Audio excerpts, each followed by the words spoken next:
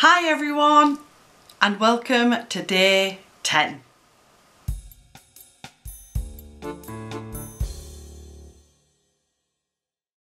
Well, as you can tell, this is not Florida. This is not the background of the villa that you've been used to seeing.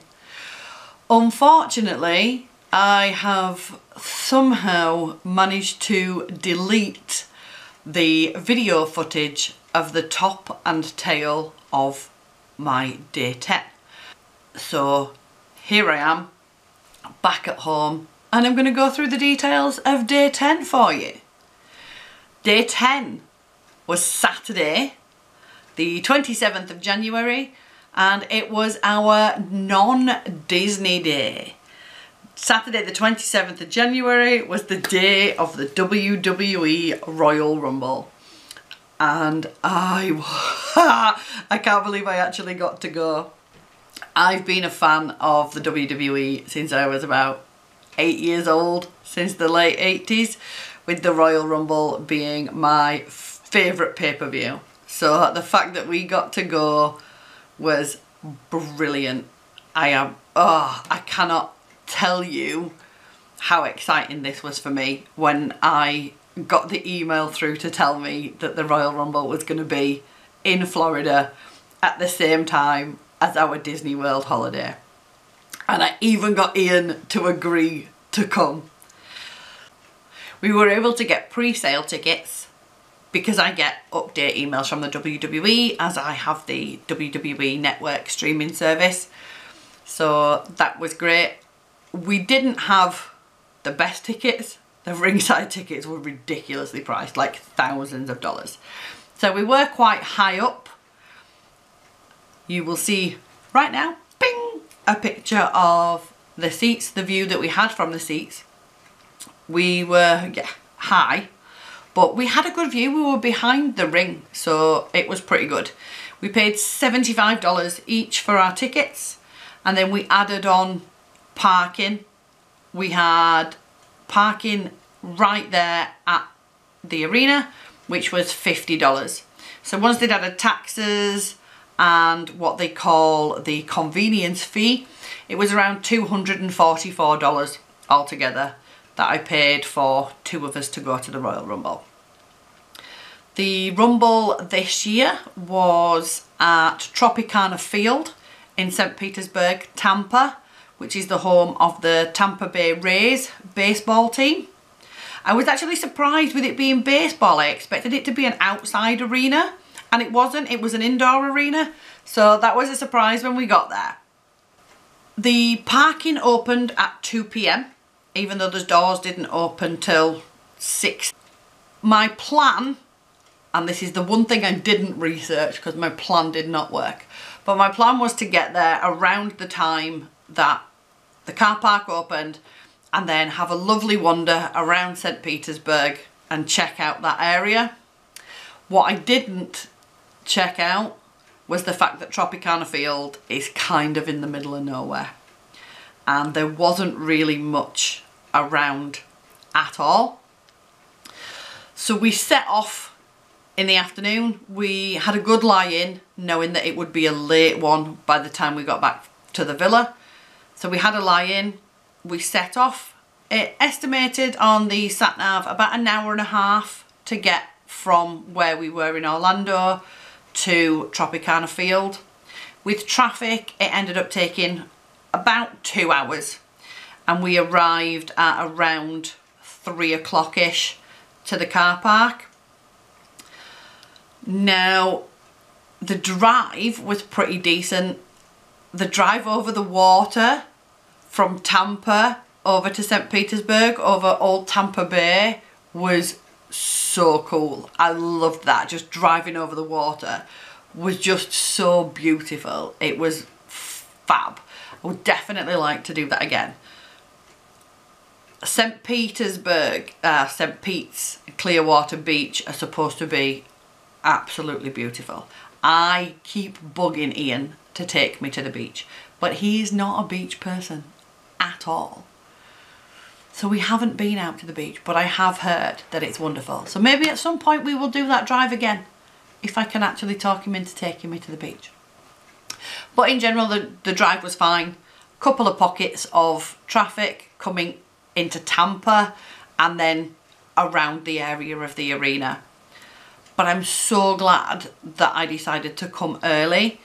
The people who were actually sitting next to us at the Rumble, they were late and they missed the beginning, and we overheard them saying, because you know, nosy, overheard them saying that they'd actually been sat outside just in a queue of traffic waiting to park for over an hour.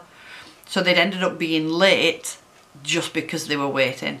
So I'm so glad that we got there early and we were able to park up with no issues. Car park was pretty empty when we got there, so we were quite near the front, so that was good. Once we got there, first thing I spied, merchandise truck. So off I went to check out the Royal Rumble merchandise. Here is my t-shirt. Hopefully you can see that. Specific to the Royal Rumble, it says on the back, I was there, Royal Rumble 2024. So I love t-shirts like that, like band gig t-shirts that have the dates on, specific to a time and place. So this is the t-shirt that I got, and took myself a selfie with the merchandise truck, and then we went to have a wander to see what we could find. And this is when I realised that there wasn't really much around Tropicana Field. Couple of bars that were absolutely heaving, and considering that Ian was driving back later that night, going to a bar and having drinks wasn't really what we were looking for. So we managed to find a restaurant. It was Hawker's Asian Street Food, and put our names on the wait list for a table. Now, it was very busy, being that there was nothing else really around Tropicana Field. So we just sat there and waited for our table. They had free Wi-Fi, so we just hung around and waited. There was nowhere else to go. It was a lovely restaurant, actually. Really enjoyed it. And from looking online, Hawker's is a chain over in the US. So if you do come across one, it's somewhere I would recommend checking out if you like Asian street food.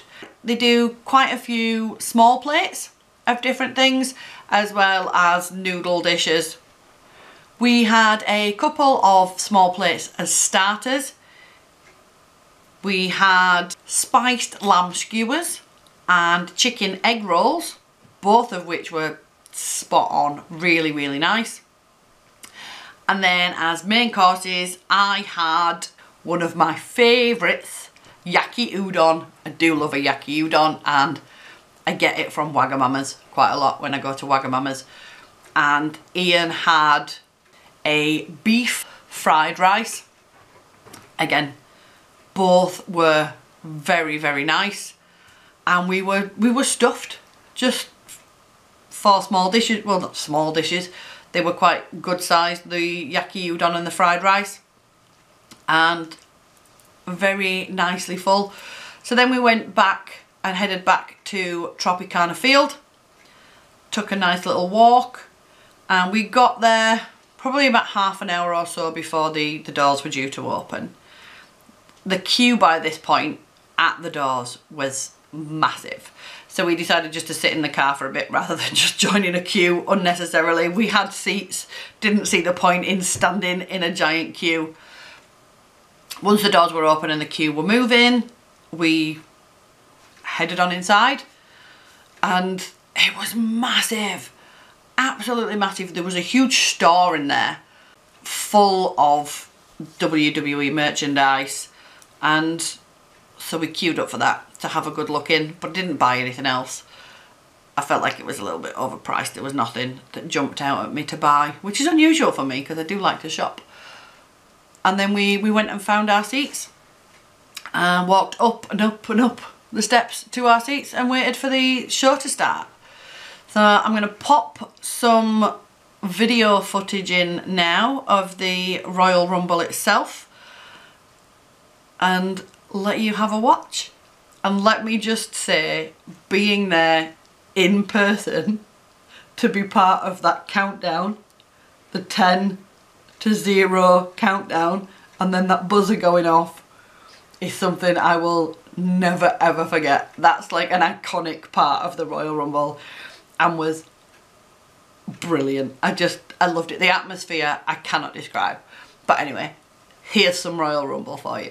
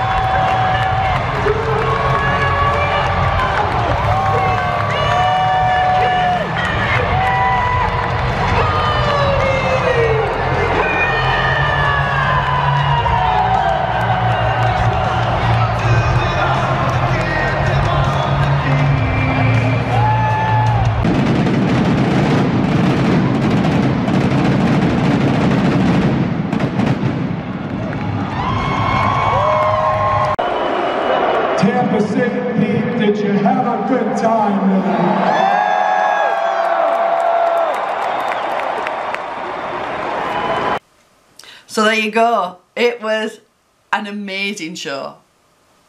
Even Ian enjoyed it. Ian is not a fan of the WWE like me. He's been to a couple of shows that we've been to live here in the UK, but he got into it. He was making all the oohs and ahs next to me, and it was just brilliant. Absolutely brilliant. And then when we left, it was really well organised to get nearly 50,000 people out of the building. I thought everybody was directed well. The staff that they had there were great. But of course, as you can imagine, the car park was rammed getting out. We were sat for quite a while. It took a while to get out of the car park and then to get moving properly. By the time we got back to our villa, it was around 2 AM. So sleepy, but I was on such a high driving back. I couldn't believe that. I still can't believe that I actually went to the Royal Rumble. It's, yeah, bucket list for me. It really is. So just great. If it's something that you like, if you like live sports entertainment, anything like that, if you are from the UK and something is happening when you are over in the States, really do try and get tickets, because there's nothing like it. I have been to the live events in the UK and it didn't compare to going to this. So going to one of the big pay-per-view events is such a different experience. So if it's something that does interest you, try and make it happen, because it was brilliant. Absolutely brilliant. And that's it for today, for day 10. Day 11, if you join us next week, we do the Hoop-de-Doo musical review. So come check that out. We had a pretty chilled day on day 11 because of the late night on day 10. So just head out to Fort Wilderness for the Hoop-de-Doo. So thank you so much for watching. If you've liked the video, give us a big thumbs up. Subscribe to the channel if you haven't already. Click that notification bell so you know when all our videos drop. Once again, thank you so much for watching, and I'll see you next time. Bye bye.